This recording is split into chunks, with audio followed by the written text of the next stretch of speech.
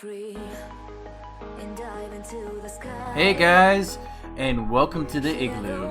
Today we are going to be showing a 2x1 as well as chest stacking so that you can maximize your space in order to get as much as you can possibly get.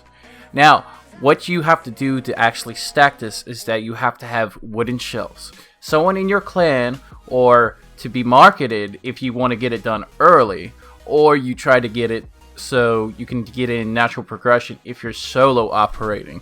The main purpose of this solo stacking as well as chest stacking is predominantly used for when you want to have a small little checkpoint compound in order to actually have as much as you can. So if you're resource mining, you're next to a spider cave, you are at an outpost and you don't really care about what's in there, and then you just mine and mine and mine and mine and mine so that you can make multiple runs, or you have one person that's always like going back and forth. Again, it's mainly used as a checkpoint base, so you can actually get as much as you can possibly have in that location, or you wait until you have every little bit and resource wasted. Now the next thing after this is that you have to worry about a bed. Now if you don't place your bed right, if you place your bed like next to a chest or right next to a shelf, it will then bump you up, as you're about to later see. But the main issue with that is that then you get stuck. So let's say that you're getting raided in this kind of retrospect and you're trying to worry about like on how much gear that you'll be able to get in this kind of situation. Now as a low level, I would just worry about lining one side of the walls with just a shitload of chests. Then you put a bed, and then you just like have an organization kind of like period of just going back and forth, and then you have that loot room that could be held off, and that'd probably be your first tier 2 structure, and then the rest would be tier 1 structure. So all your loot would be in this little thing. I'm just putting candles up for shits and giggles. Now we're going to be experimenting with our other loot room. That's our tier 2 loot room, so you'll be actually able to get as much as you possibly can for those explosives. So right here, we're going to be like, alright, now we have the permanent bed, we have the dancer in there. Now, right now, the dancers can clip through the walls, so you can pretty much put him right in the corner. But you got to make sure that the NPCs, spiders, and shit can be killed. So here's the example of you getting stuck on the top. You would pretty much get stuck. You can't weapon switch to get out of it. You can't do anything. So pretty much you would have to destroy the ceiling panel and then put it back up. So placement is key.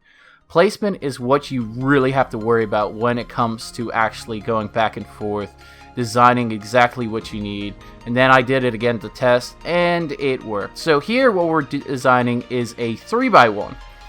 I'm working on these little small iteration designs so that we can be actually able to get as much as we possibly can.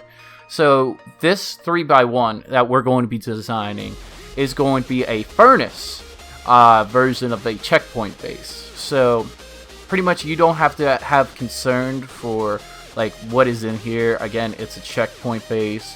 You use that just so that you can just mine a little bit, get some resources, maybe put a thrall in there if you want to.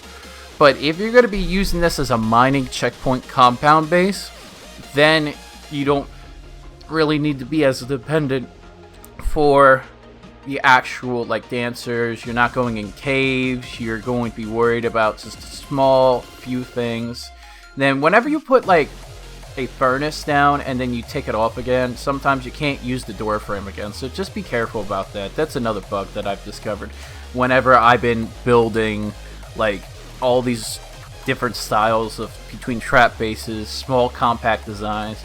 Now the same rule applies to the large chests. These large chests are huge already, but now we can stack them.